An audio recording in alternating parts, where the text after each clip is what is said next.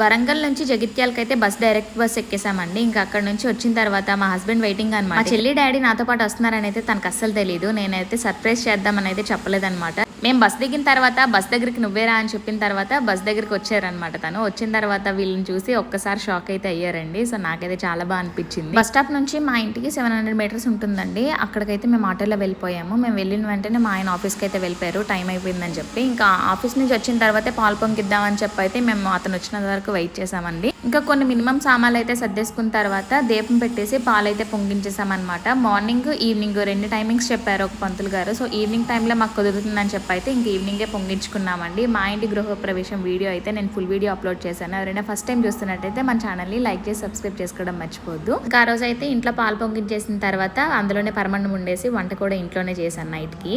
నా dressing sense కోసం చాలా మంది కామెంట్ సెక్షన్లో కామెంట్లు కూడా చేస్తున్నారండి. నాకు ఎక్కడ ఎలా ఉండాలో చాలా బాగా తెలుసు.